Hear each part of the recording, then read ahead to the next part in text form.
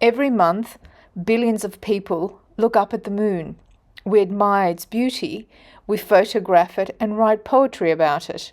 But almost no one realizes that to the ancient Greeks, the moon was far more than a celestial body. It was believed to be the destination of the human soul. This remarkable idea comes to us from one of antiquity's most intriguing philosophical works, Plutarch's On the Face, which appears in the orb of the moon. The title may sound like a discussion about the dark markings visible on the moon's surface, but hidden beneath it is something far more profound. It is a meditation on consciousness, the soul. Today, let's journey together into one of ancient Greece's greatest mysteries. One of the things I admire most about the ancient Greeks is that they were never afraid to ask difficult questions. What is consciousness? What survives death? Why are we here? And what is our place within the cosmos? These weren't merely religious questions, they were philosophical questions. For Plato, philosophy was preparation for death, not because life was unimportant, but because understanding death was essential to understanding life itself. His student Plutarch inherited this tradition. Rather than accepting easy answers, he invited his readers to contemplate possibilities, to wonder, to reflect, to recognize that perhaps the greatest mysteries cannot be solved, only explored. When Plutarch wrote On the Face, which appears in the orb of the moon, nearly 2,000 years ago, he wasn't attempting to explain the moon in the way a modern astronomer would. His concern was something much deeper. What does the moon represent? Why has humanity always been drawn to it, and could it occupy a unique place in the architecture of the universe? For Plutarch, the answer was yes. The moon was neither earth nor heaven. It existed between them, a threshold, a place of transition, a bridge between the visible world and the invisible. This idea may sound strange to modern ears, yet pause for a moment and consider the symbolism.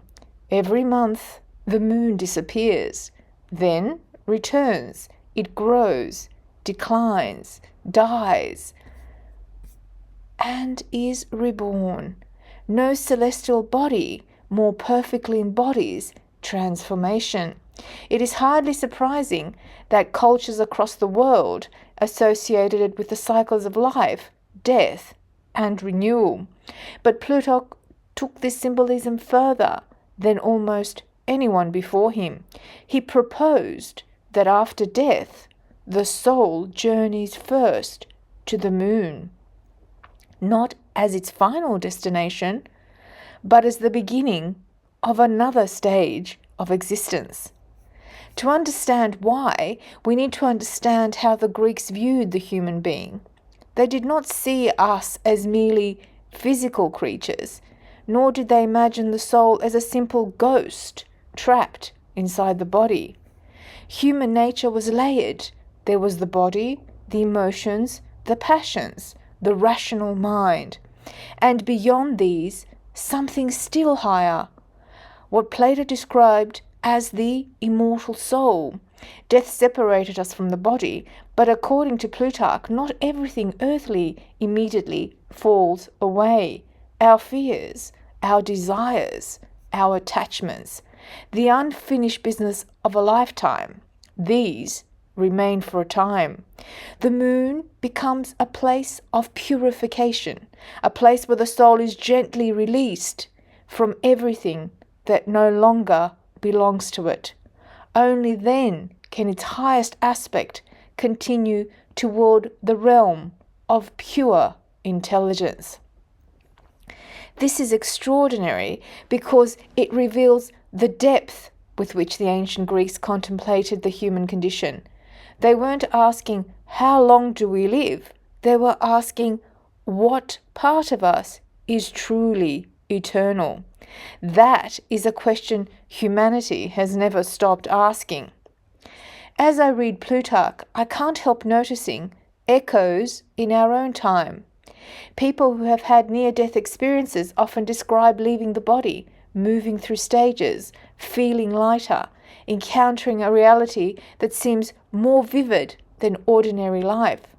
Many speak of a profound review of their lives, not as judgment, but as understanding. Of course, these experiences cannot prove Plutarch right, nor do they need to. What fascinates me is that across thousands of years, separated by culture, language, and history, human beings continue to describe death not as an extinction, but as a transition. Carl Jung once suggested that myths are not primitive attempts at science, they are maps of the human psyche. Perhaps that is why ideas like Plutarch's continue to resonate.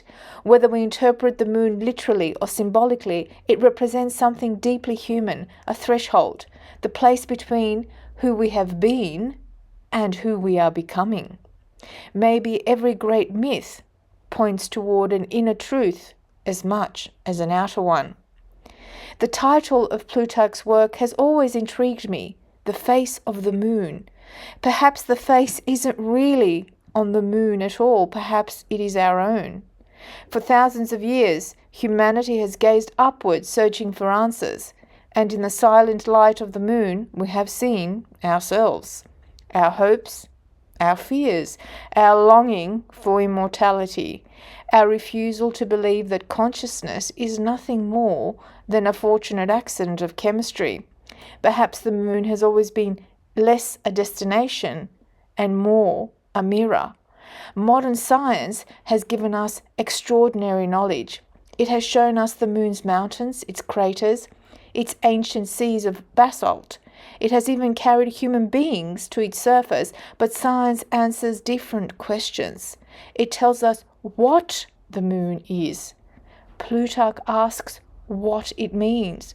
The two are not enemies. One seeks explanation, the other seeks wisdom. Perhaps we need both.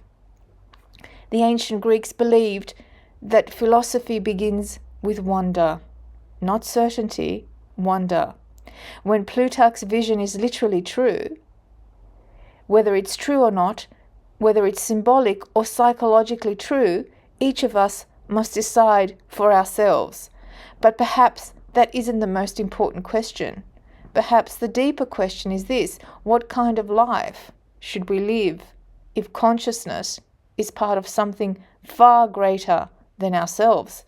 That, I think, is the question Plutarch leaves us with. And perhaps it is the question the moon has been silently asking humanity for thousands of years. If today's journey has inspired you to look at the moon a little differently, I'd love to hear your thoughts. Let me know in the comments below. If you enjoy exploring ancient Greek philosophy, mythology, astrology, psychology, and the great questions of human existence, I'd love for you to join me on this journey by subscribing to the channel. Until next time, keep looking to the heavens and never stop searching for wisdom.